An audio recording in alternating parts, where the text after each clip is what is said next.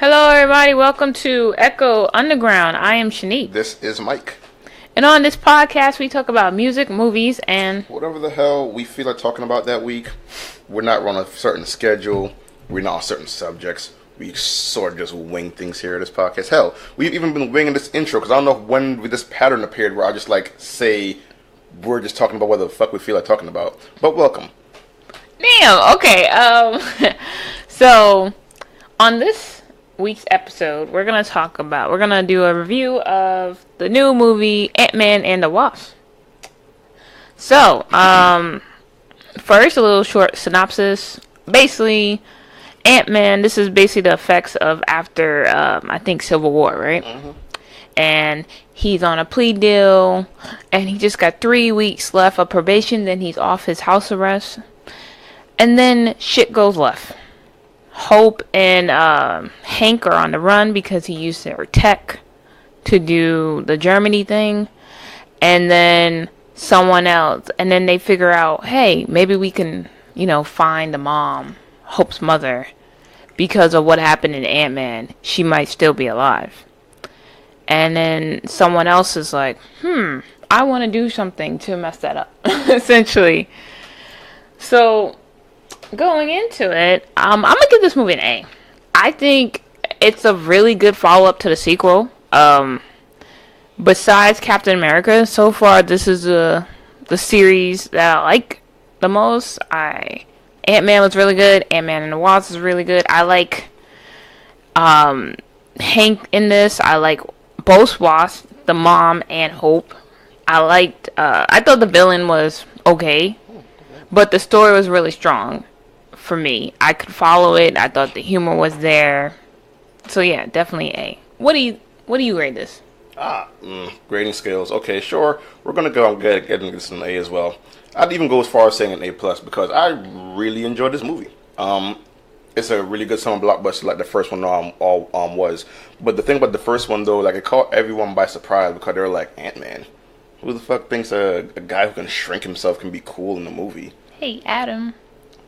I mean, in a movie, what movie has Adam been in that people actually give a shit about? Well, I guess he had more animated ones. He's never been in live action. Yeah, he's been in animated movies for DC and in the animated series.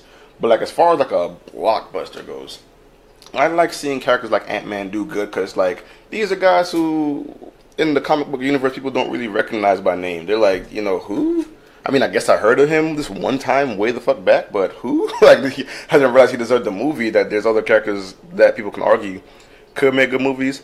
I'm completely sold that Ant-Man can handle his own shit now. He has a pretty good cast working with him now, and the transition between Ant-Man, Civil War, and this movie was pretty much excellent. A lot of the fallout got explained, and they bridged a lot of gaps really well. The action side of this movie was awesome. The first Ant-Man, don't get me wrong, the action was great, mostly for a surprise factor because they made a tiny man turning small look cool. This one made it even cooler because now it's a tiny man, a tiny woman, and a whole bunch of other shit going on, like the Ghost, the antagonist powers. Her powers are pretty cool. Her story was a little bit.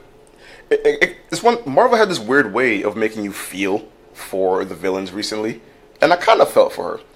Her decisions, not so much. But I see why she's mad. I'm just not too sure about how she's going about it. But I feel it though, and it makes a good villain.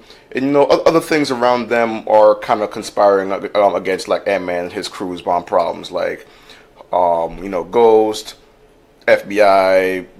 What's the name? That one mob dude. I forgot his name already. Sonny. That's right. He had his own thing going on. Then Hank had his own internal problems with the wife. There's a lot of things happening in this movie, but it all connects so well without feeling like they're trying to do this weird juggling act of subjects. Okay, so going from there, my favorite character in this movie is Wasp. Hope though, not the mom, because we didn't really get enough of the mom for her to be even close to my favorite character. But Hope, she's a badass. She was badass in the first one, but she really is. She showed the potential of what Ant-Man and his powers could be. Even without flying, she's still pretty good. All her action sequences were really good as well. She was very smart in how she used her powers. She's a very good. She's not even a sidekick to Ant-Man. She is a partner, 100%. And she worked really well, and I loved all her scenes. And I was very happy with her character development in this movie. So Hope is definitely my favorite character. Who's yours? Oh, my favorite character, I'm actually going to give to Ant-Man. Like, it's just because time and time again, Scott Lang is just like proving to me that this guy's an actual character. Like, don't get me wrong, this movie does take not even, I can't even really say it's a surprise because Marvel's been doing this recently. Big comedic turns in their movies. Now, this movie had pretty funny jokes in it. It wasn't like a comedy all the way through because, like, it's just still a Marvel movie. They want you to remind you of that. But it's like, all the lighthearted moments with like Luis from the first movie, who was freaking excellent. What's his name again? Something Pena. Something, yes. And he was excellent.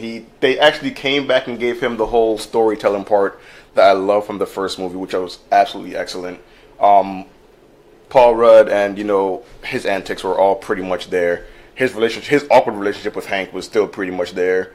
But yeah, I mean, he had like really good moments. Cause in the first movie, he never had the chance to show off the fact that he can, turn to Giant Man. Well, Giant Man was kind of a different thing, but yeah. I mean, I don't know. I just like all the little surprises that came out of it. With him bouncing, being under house arrest, him bouncing his daughter, bouncing, trying to keep everybody safe from, the FBI and all this stuff. And his action scenes were pretty cool. Like even though he's the main character, and the two other female main action characters, they had like really good scenes. I don't feel like he was still overshadowed by them. Cause Ghost, excellent action, and like a really cool and definitely it's not like a new power we've ever heard of before. Cause it's pretty much like Kitty Pryde's power, but like on crack. But and Wasp, she was just handing out L's. So I don't know. All in all, I still feel like as far as action, he kept up. As far as the comedy, he kept up. As far as a main character who can handle his own movie, and like you want to actually keep up with in the future, I feel like he accomplished that much as well. Okay, cool. Favorite scene. So my favorite scene is oddly enough the first fight with Ghost. I really loved the introduction to her. She came.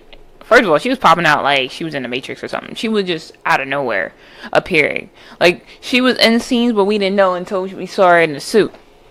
And I think, I'll get more thoughts on her as a villain in general, but her fight scene with Hope was such a surprise, and then Ant-Man rushing in to save. And then I did like the little thing where like his suit was malfunctioning as well. A little running joke, yeah. Yeah, and because he had to think on his feet, and Hope had to think on her feet, and Ghost was just handing out that ass whooping really quick. I mean, obviously, she went for the low blow when she took, like, Hank for hostage a little bit, but... And she wanted to take Hank's daughter for hostage, too. Not Hank's daughter, Scott's daughter. No, Scott's daughter, that's correct. Yep, mixing up my Ant-Man. Yeah, but definitely, I definitely liked that whole fight scene with Ghost. What's your favorite scene? It's kind of weird to put mine to a favorite scene because I'll have more of a sequence that I like. Any sequence where they were chasing down the building that they were carrying around was pretty cool. Like all the car scenes where like shit just like shrunk and like got big again. Those were all cool. It's part of the reason why Scott Lang or Ant-Man, I don't keep mixing up the names. Part of the reason why he ended up using his giant form later on in the movie. Those are pretty cool. Not only that, but all the scenes revolving around the building involved everyone. Like Ghost was involved, Ant-Man, Wasp, Luis got involved. The gangsters also got involved. So pretty much everyone was involved in these scenes, and everyone kind of had like a weird part to play. Like, don't get me wrong, the gangsters sort of had like their own like a little fodder part. Like they're there to get their ass kicked, but they look cool doing it, so I don't give a shit. The Wasp, she's kind of the brains of the movie in my opinion, as far as like action strategy goes. And Ant-Man, he it's kind of hard to say, but he's not only a good main character, but the first like level comic relief of the movie. Because everything he did in the movie, where like Shanique was saying a while ago, like his thing got shrunk. Another good scene was when he went to school and like the CGI just like made him really tiny, and he's wearing like a little girl's hoodie. I don't know. This movie just had like a whole lot of good high points for it. Yeah, definitely. Well, sorry to spoil it for you guys, but I forgot to do the spoiler. They'd be alright. You know where you're at, guys. Come on. I'll put in the title contain spoilers. I normally don't, but I will do it for this one since I forgot. Okay, so next question: who was the villain of this movie? Was she better than Yellow Jacket?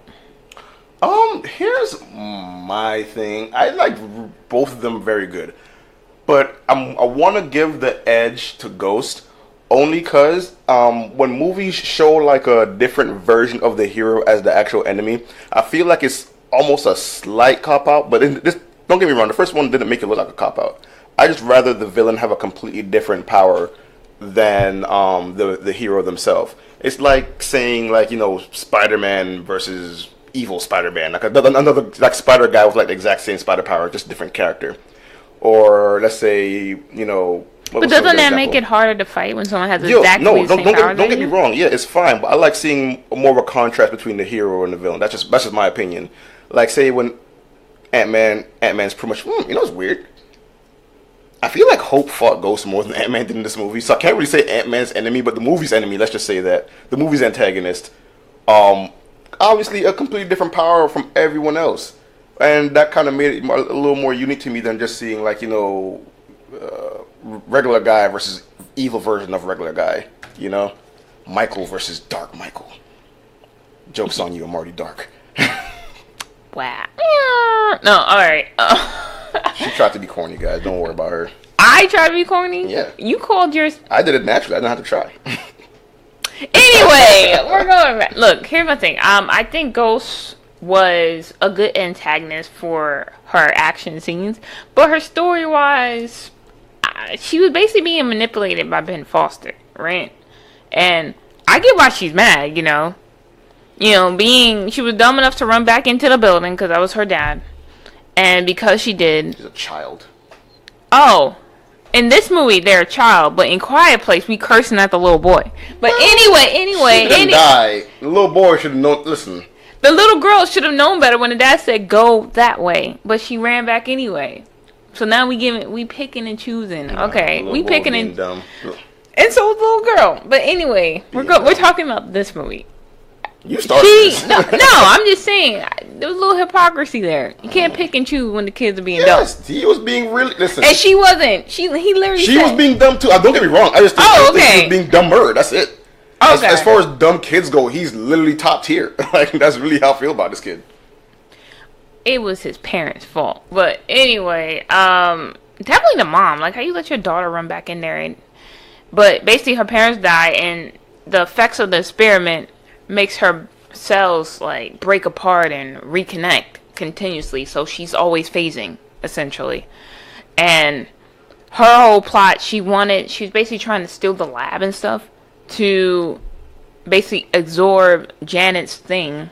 I think her molecular energy, quantum particles or whatever it is, her quantum energy, right, so she could stabilize herself. And she blamed Hank because if Hank hasn't fired her father, then her father wouldn't do the experiment. I'm like, you putting the blame in the wrong place, bruh. It should be on your dad. She's about the end result, not about the process. Yeah, but her story was it was slightly interesting. It was a typical villain story, though. Like, oh, you did this to my father, which led me to have this. I don't want to say disability because it's not. I guess, disfigurement, in a weird way. I don't know what to call what she had. Okay. Why? Only reason I say disfigurement because she's phasing, so she's not like, she doesn't look normal. That's the only reason I say that. Say condition, I don't fucking know. Condition, fine, we'll go there, but, so you caused me to have this condition because of what you did to my family. Typical villain shit. But I did love the actress. She came off very crazy when we first saw her interact with Scott, and I thought that was pretty cool. I did like her relationship with Ben Foster. I do agree in my opinion, she's a better villain than Yellow Jacket because she has a personality. I never felt like Yellow Jacket had one. He had the typical, I want this software. Well, it's two typical typical bad guy egos. One for revenge and one for I'm gonna use this thing that you made and make it my own weaponized version and sell it to the militaries. I know, but I'm just talking about as a person. she had more personality than him. Not motive. Motive, they have both typical villain motives, but personality-wise, I thought she had more of it. And I thought she was very badass, and also her suit didn't particularly work that well sometimes. It looked cool. I'll give it. It looked cool, but it didn't. She said it's supposed to stabilize her. I don't know. She was still doing that weird shit in the suit or not, but I don't know if she was forcing it or like her body was just doing it on her own. Maybe just to hide her identity too. Yeah, but overall, I thought the villain was better, but not that much better. To me, the best villain so far in these Marvel movies, at least this year, is Thanos. That's really it. Yeah. Then Killmonger and then Ghost, if I'm gonna put my villain thing. But I definitely agree with Michael. Ghost is a little better, but for me, different reasons. So, let's talk about that. I think for the most part we covered the movie, but let's talk about the post-credit scene. Okay. So basically, the post-credit scene, ending of the movie, you know, Ghost kind of becomes an ally in a weird way because they get to Janet. Surprise, she's back. They get to Janet and she stabilizes Ghost. And so basically, they need the quantum particle in what is that realm called? The quantum realm. Oh, okay. Shit. There's literally a joke in the movie about like Everything's you guys are just putting the word quantum in front of everything, aren't you? That's literally what we just went through just a while ago. Okay, so in the quantum realm, there's this particle that helps stabilize Ghost, so she won't be in pain anymore, and you know, doing that phasing shit. And so they basically they make a little tiny transporter to go get it, and then the events of Infinity War happen, and basically the Hope, her dad, and her mom phase away while Scott is stuck in there. So, what do you think's gonna happen in part 2 then of Infinity War? You know, it's crazy. I think that this could almost go in a whole bunch of different directions. I feel like, because we don't know what happened to Ghost or Ben. Maybe one of the ants will be smart enough to, like, you know, get him out of there. It could also do that. I don't think they're just gonna leave him stuck in there. I know that for a fact. They're gonna want him around at least. And I did think that Wasp was gonna make it into Avengers 5. What is it, 5 or 4? 4. Yes, it's 4. I thought she was gonna make it into Avengers 4, but I guess not, which I would have really liked. But to be honest, I had more higher hopes for Ant-Man. I feel bad for Janet because like she pretty much just like got back from 30 years in quantum jail, and just to get disappeared, just to get dusted. evaporated. Yeah. Like damn, she just went through a whole lot. But I think it's cool though. Yeah, I have high hope for seeing Ant-Man again. Because I feel like if Ant-Man could probably defeat Thanos just by like crawling in his ear and turning into Giant Man and like blowing his whole head off or something. That would be really messed up. But it would be really, really funny. But yeah, I don't know. It could go in a whole bunch of different directions. I'd talk for like a whole day straight thinking about how they could use Ant-Man in Avengers 5. But I really hope that they don't like do one of those things where it's like... How do you think they're getting him out though? Like I just said a while ago, they could have one of the ants get him out or Ben Foster. If they find out where he is. Because we also don't know what happened to Ghost either. Like maybe Ghost is still around. I doubt they're going to involve her into the movie. She's still around because they were getting a particle from her. But I don't know if she like survived. Right, yeah. That's what I mentioned. Like, if she's still around. But I don't think Avengers is going to have enough room for those two. Cause I don't think they're like, mainstays in the movies. To be honest, I don't even know who Ghost is in the comics. And... Shanique was like, Michael, you know all about these Marvel comics. Michael's just like, I don't know what the fuck this is. But I don't know. I mean, yeah, I don't really know Ant-Man's story. She could actually be one of his main villains. But I don't know his, like, villain list, so... I did, like, a little bit of research. Apparently, Ghost is, like, an Iron Man enemy. And it's a guy in the comics, not a female. And the story's a little bit different, but I'm not going to get into that. I'm just going to talk about the movie for here. But, yeah, I thought they incorporated both universes pretty cool. But... I am excited to see Ant-Man in the next movie. Hopefully, they don't just gloss over the fact that Ant-Man is still a thing. Because right now what I'm seeing is they're preparing for having the main characters from the first movie be the heroes for the next Avengers movie. Which I guess would make some sense. Some characters are still there, like, War Machine. Okoye, M'Baku for whatever reason. Is M'Baku there? I thought he disappeared too. M'Baku's there. Oh, okay. Nebula, which I think is cool that Nebula's still there. Rocket's there too. But yeah, I don't know. It's an interesting ensemble that's outside of the regular 5, I guess. Like the Thor or Iron Man Captain America, Black Widow, and where the fuck Hawkeye is. Hawkeye is chilling. All right, he's chilling because he was smart. He's like, nah, I'm done. I have a feeling they're going to use some kind of Avengers Civil War, Captain America Civil War reason for why he wasn't involved in the Avengers movie. But if he's alive, then it's what it is. Just bring Ant-Man into it, guys. I'm an Ant-Man fan now. Bring him into it. It's funny because I think Hawkeye is probably on house arrest just like Scott was. Yep. So he's probably just chilling at home. I would believe that. I just think it's kind of weird that they glossed over the fact that maybe he disappeared, maybe he didn't. So, there's always that. But then again, like I said, it's going to be a crowded movie regardless, but they handled the last one just fine. And this movie had a lot of characters going on too. Granted, a lot smaller scale. And I feel like the antagonists in the movie got played out a little better because there was more than one of them. Or at least factors. Not antagonists, but necessarily factors, because everyone was kind of in it for their own thing. Like the FBI can be seen as antagonists, but not really. The gang and Ben Foster and Ghost. I was going to say Ava, but I was like, fucking Ghost. But yeah, everything went out pretty smooth for me as far as the next movie. What do you think, though? I don't think you told me what you're going. I would let him go. I was like, all right. Yeah, man, I have to get off my chest. All right, so the end credit scene, I don't know, because, like, I feel like I don't even know if ghosts know where they are. So I'm trying to figure out how he's going to get out of there. It's just crazy. I knew it was going to happen. Like, when he went in there, I was like, they're going to disappear now. I think I even said it to Michael before it happened. I was like, they're going to disappear, aren't they? Yep. So, I feel like there's a comic way, because he got out on his own before. That's very true, but I think he had like one of the little reverse like size thingies with him. I mean, I don't know if he carried it with him in this. Yeah, like either that the simplest way they could do it is that he happens to have one on him, right? Just do it himself, right? And then get out himself, and then be like, "Where the fuck y'all went?" And then leads him into Infinity War to like maybe call Cap, because that's the one he probably would be talking to, Captain America. Definitely, if we're going predictions for Infinity War, like, I think one or two things are going to happen. One, they're going to fight Thanos throughout the entire movie, and then everyone's going to be returned back. Not everyone. I think some people will remain dead. Will return back at the end of the movie. Or, halfway through the movie, everyone's going to be back. It's going to be all-out war. Was fighting Thanos at that point, right? Yes. But then that might be a repeat of the first part. So it does.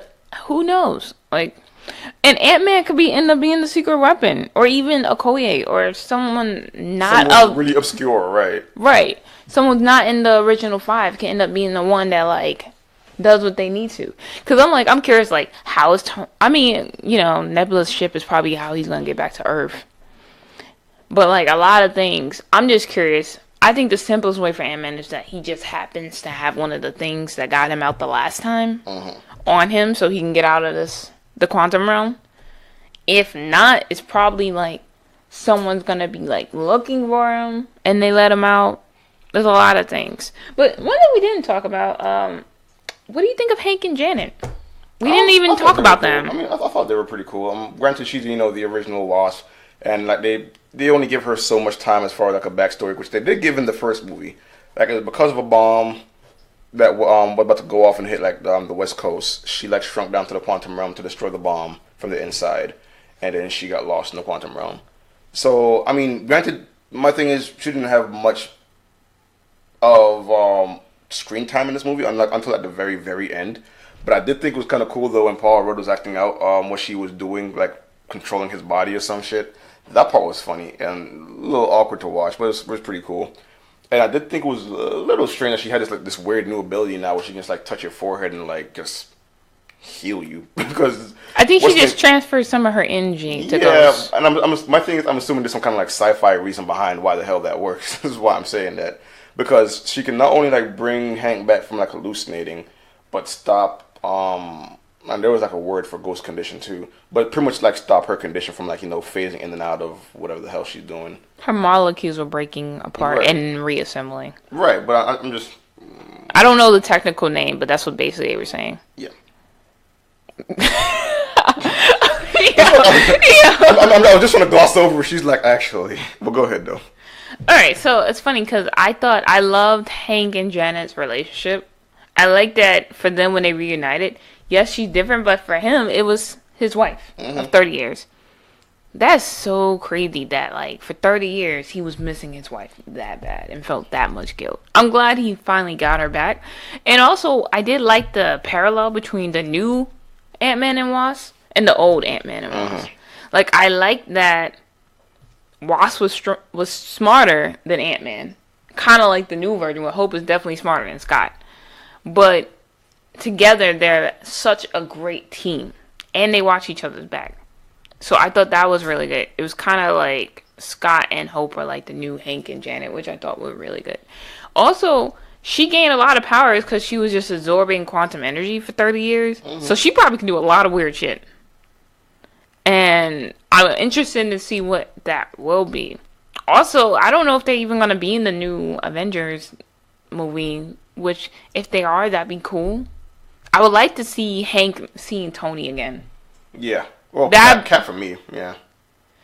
Did he work with Cap? I didn't know that. Yeah, he was on Cap's side. Cap's the one that brought him in. Remember, he was talking about Cap. You mean Captain America? No, we call him Cap. You know, friends of Captain America call him That was Cap. I thought that was Hope. That was Hope and Scott. What are you talking about? Oh, you mean Tony Stark meeting Hank?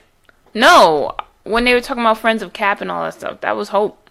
That was Hope and Scott seen in the car. Yeah. I didn't know that Cap bought Hank in. I don't remember that. Yeah, he's on Team Captain America, right? I guess I don't Yeah, remember that at all. Remember, there's a part in the Civil War where he shrunk down and started attacking Iron Man's suit from the inside, and then Iron Man flushed him out with some kind of like fluid. In the Yeah, suit, but that's something not like that. Hank. That's Scott. Scott, you know what I'm trying to say, Ant-Man. Yeah, but I don't remember Hank and Cap knowing each other at all. Hank and Cap. Oh, okay, gotcha. I'm messing up the name. Yo, I was so confused. Sorry, my bad, folks. My bad. Okay, but yeah, I would love Hank to meet Tony because I know they know each other because Hank knew Tony's father. And also the CGI on young Janet and young Hank was so good. That's believable, like what they did, because I know both of them don't look like that no more. So I thought that was actually really good. And Michelle Pfeiffer played Janet. She did really good, and I'm always a big fan because you know she was the original Catwoman. Gotta give a shout out to that. But other than that, I thought the movie was really good. It was worth seeing in theaters. I definitely had no regrets from that. I think you get the general experience, especially since we saw it, the Dolby Cinema. I recommend. Third movie in a row now we've seen that. Yeah, I did it by accident the first time, and then we were like, nah, we like this, so we're gonna keep going back. Going back, right? So I think we covered everything we need to. My closing remarks: it was funny. The action was better. To me, I think the sequel's better than the first one, only by a little bit, but it's still better. The villain was solid. I loved the plot. The plot made sense.